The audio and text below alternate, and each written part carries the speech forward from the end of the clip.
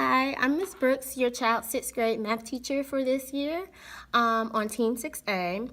This is my 5th year teaching 6th grade math. I teach the general 6th grade math and also accelerated 6th grade math.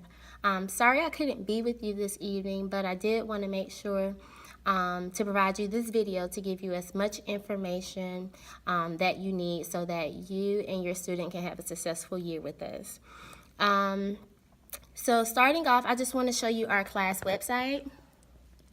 All right, so this is it here, and you'll get the link via your child's syllabus. Here's just a welcome page. I try to update it often just to give you any announcements that's going on. Also at the bottom of the welcome page is a link so that you can easily access the other team teachers pages. There is a page for contacting me, so here's the email and the phone number. The best contact will be via email.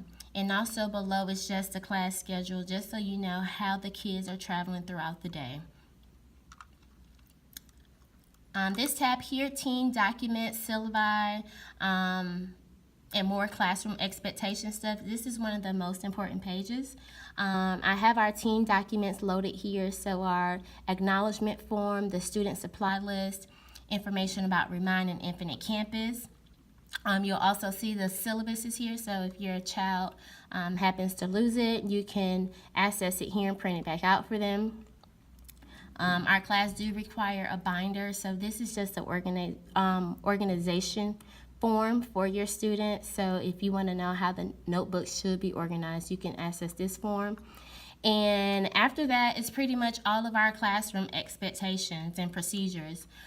We went through this thoroughly the first week of school, so your student knows how to enter the classroom, what my expectations are, how they know what supplies to bring to class, and so forth. So this page is very informational, so if you want, you can peruse through, or you can just ask your student, because they should be aware of everything that's here. You'll notice that there is a separate page for first period and second, third, and fourth. First period is the accelerated rotation, so the materials that you see on these pages will be slightly different.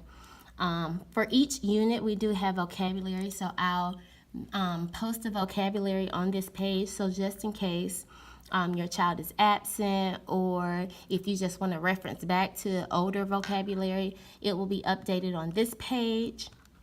There's an Infinite Campus page that pretty much has an easy login for students, so if they want to go and check their grades, instead of typing in the URL, they can just come here and click on the link. There's also tutorial information, which I'll talk about in a few moments. There is a link to our online textbook, and it also has our textbook information for accessing it online on this web page, and just a few more helpful tabs that you can look at. But the website is usually updated Sunday, sometimes Monday. I'm actually going to click on second, third, and fourth period. You'll notice that there will be a hyperlink to any homework packets that's given out on paper. Now, eventually, we will be moving to having our homework assignments on Study Island.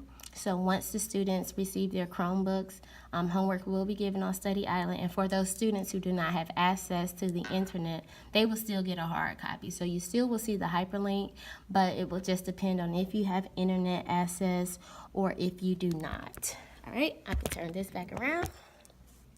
All right, so the next thing I want to talk about is the syllabus. So your students should have received the syllabus. It should be inside of their binder behind the information divider.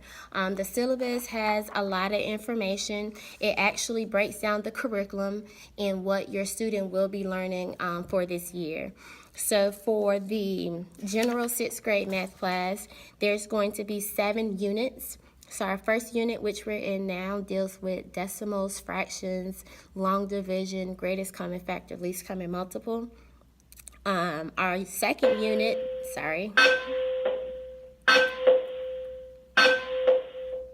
Our second unit is with ratios and proportional reasoning, and that kind of builds off of fractions, which we are doing right now in Unit 1.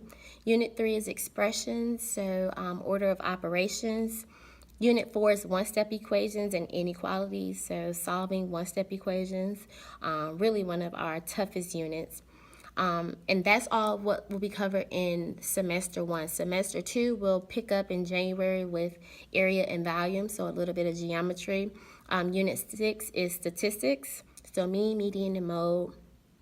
Unit 7 will be rational exploration, so getting students familiar with a little bit of integers, just understanding the difference between positive and negative numbers.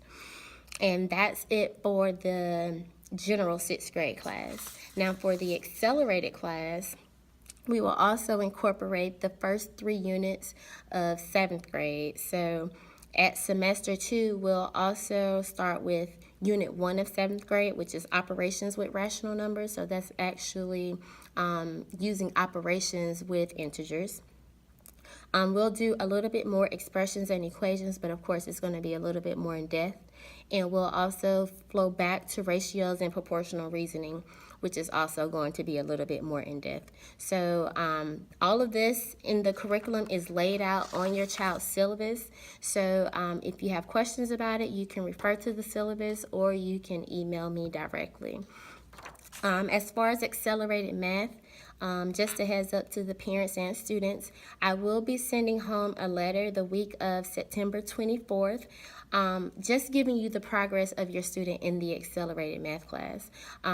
There will be a portion where I'm going to list my recommendation for your student. And the recommendation is going to come from a lot of different sources. I'm actually going to look at their 5th grade Georgia Milestone scores. I'm going to look at their MAP scores that they're taking today and tomorrow. And I'm also going to just look at their overall class performance. So if I see by mid-September that your child is not catching on as fast as they should to stay in this program, I will recommend that they be moved to the general class, and then we can have a further discussion on, if you agree or if you disagree. We'll just go through that process together, but just be on the lookout for a letter to come home the week of September 24th to any parents or students that's in the first period accelerated class. All right. So now the structure of my math class. So students in my class, they work bell to bell. So when they come in, there is always an assignment on the board. It's called their bell work. They come in, they sit down, they start on it.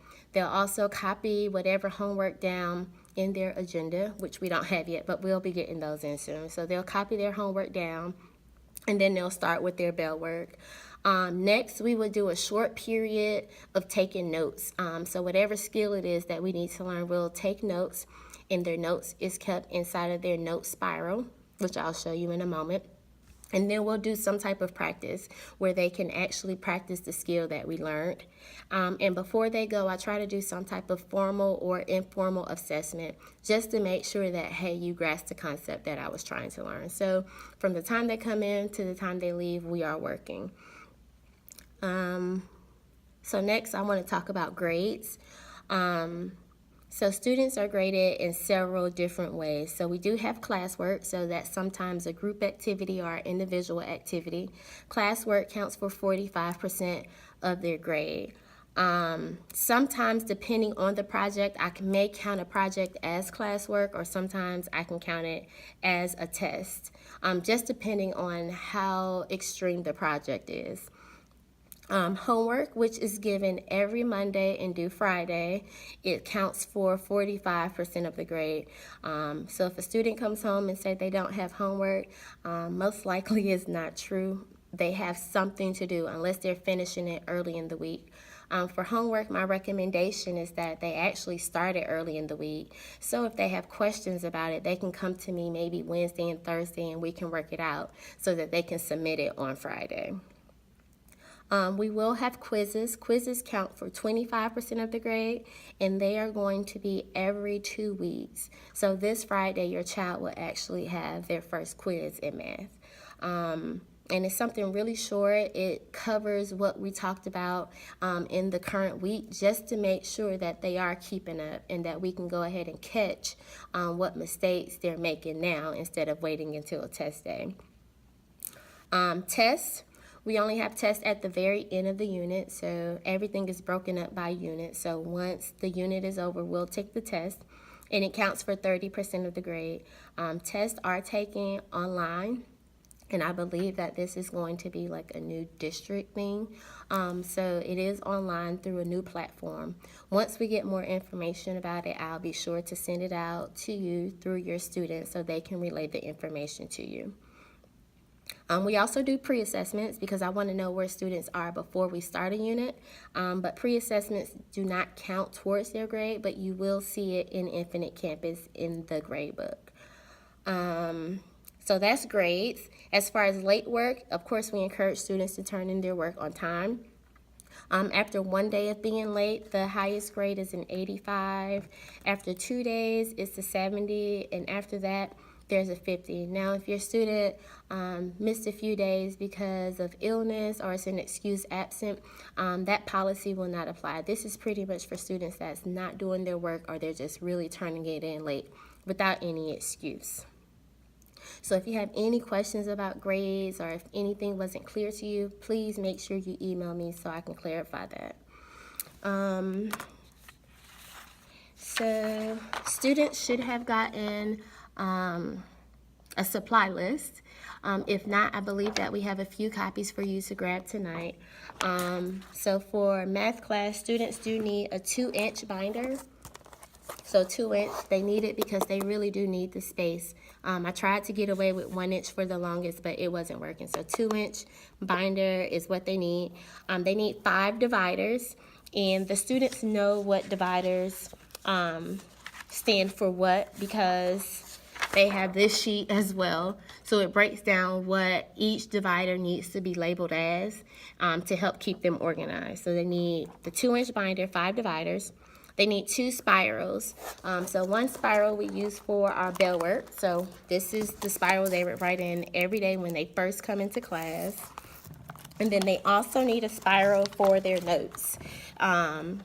So we've already actually started on some notes. So if you look inside of your kids' note spiral, you should see some stuff in here. So we have one so far in my 4th period on long division. So you'll see that we do little foldables.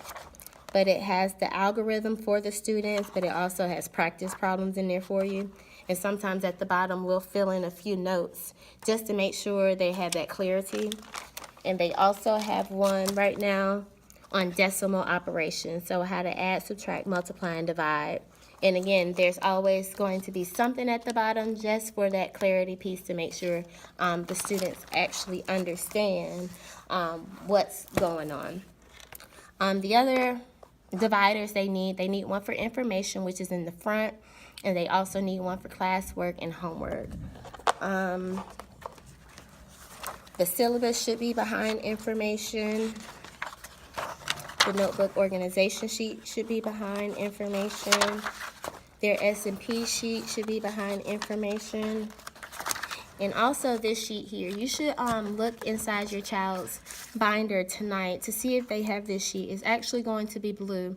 And this is our class data sheet. I'm really big on data and for students to know where they are. And we actually started to fill this in today. So right now your students should have their 5th grade Georgia milestone scores. And we'll continue to fill this in. So once we take the MAP test, I'll give them their score. Their winter map will take that score in spring, and also our unit assessments. This way students really know where they are and how they're performing. I feel that is very important. So many times I see students just going through school and not really knowing where they are and where they're performing. So I want to make sure that our students know this is where they're performing so they can figure out what's my strength and what's my weakness so that they can grow. All right, I think that's it for the notebook, our binder. So tutorial, I do host tutorial sessions. They are offered Tuesday mornings at 7:50. The student needs to make sure they let me know by Monday so that I can write them a pass so they can be let inside the building. If I don't know that any students are coming to tutorial, most likely I won't be here at that time. So make sure they get a pass to come to tutorial sessions. We do have a textbook. Your student did receive a textbook. It's probably in their lockers, which I recommend they keep it in because it's really big. The textbook can be accessed online. So on the syllabus, you should see information in the middle about accessing the textbook online. So there is a website, a username, and a password. What I do like best about this website is you can also look at the 7th grade textbook and the 8th grade textbook. So if you're interested in seeing, okay, what is it that my child is going to be learning next year, you can go ahead and look at those textbooks. As far as textbook usage in the classroom, I use it as I feel the need to. It's not the source that I rely on the most. I pull a lot of different resources and try to use the best ones where I feel that students are able to grasp the knowledge that I need them to grasp. So that's how it is with the textbook. We use it sometimes, but it's not the go-to, bring your textbook to class every day. Anything else I need to cover? All right, so I have this little piece about how to be successful, and I think this applies to the parents as well as the students. So number one, make sure you check Infinite Campus weekly. I encourage students to do it because, again, I want you guys to start being responsible, but also parents because we know our kids. Check it weekly. If you see any missing grades or if you see that something could have been typed in incorrectly, catch it early and then come to your teachers and let us know about it, especially missing grades. So if you say that you turned in something, but it's a 0 in there, let us know. Maybe perhaps you forgot to put your name on it. So make sure you always check Infinite Campus to make sure your grades are accurate. And then if it's some grades where you start to see that they're going down, that should be a conversation that you begin to have with your teachers and also your parents.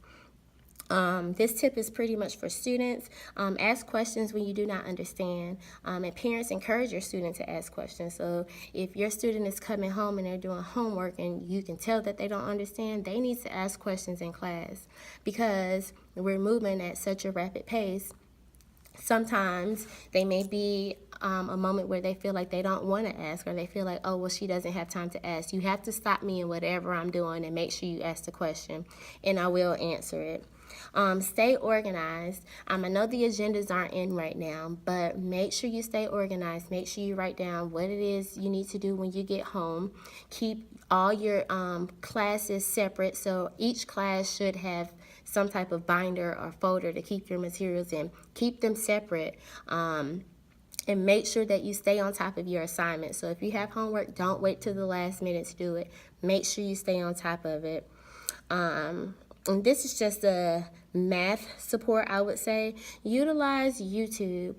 Every topic that we talk about in this class, several teachers have made YouTube videos. So if you feel that you're working on your homework and you don't understand what it is that you were asked to do, go on YouTube, look at a video, and try to gain some type of understanding.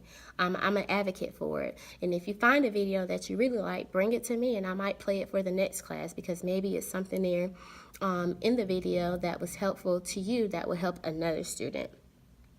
Again, parents, if there's any information in this presentation that was not clear, or maybe there was something that I did not address, please feel free to email me. Again, my email is on your child's syllabus, but you can also find it through the Henderson website under the staff tab. So again, if you have any questions, feel free to let me know. I hope I answered most of your questions for you tonight. And I hope to be working with you guys soon. Talk to you later.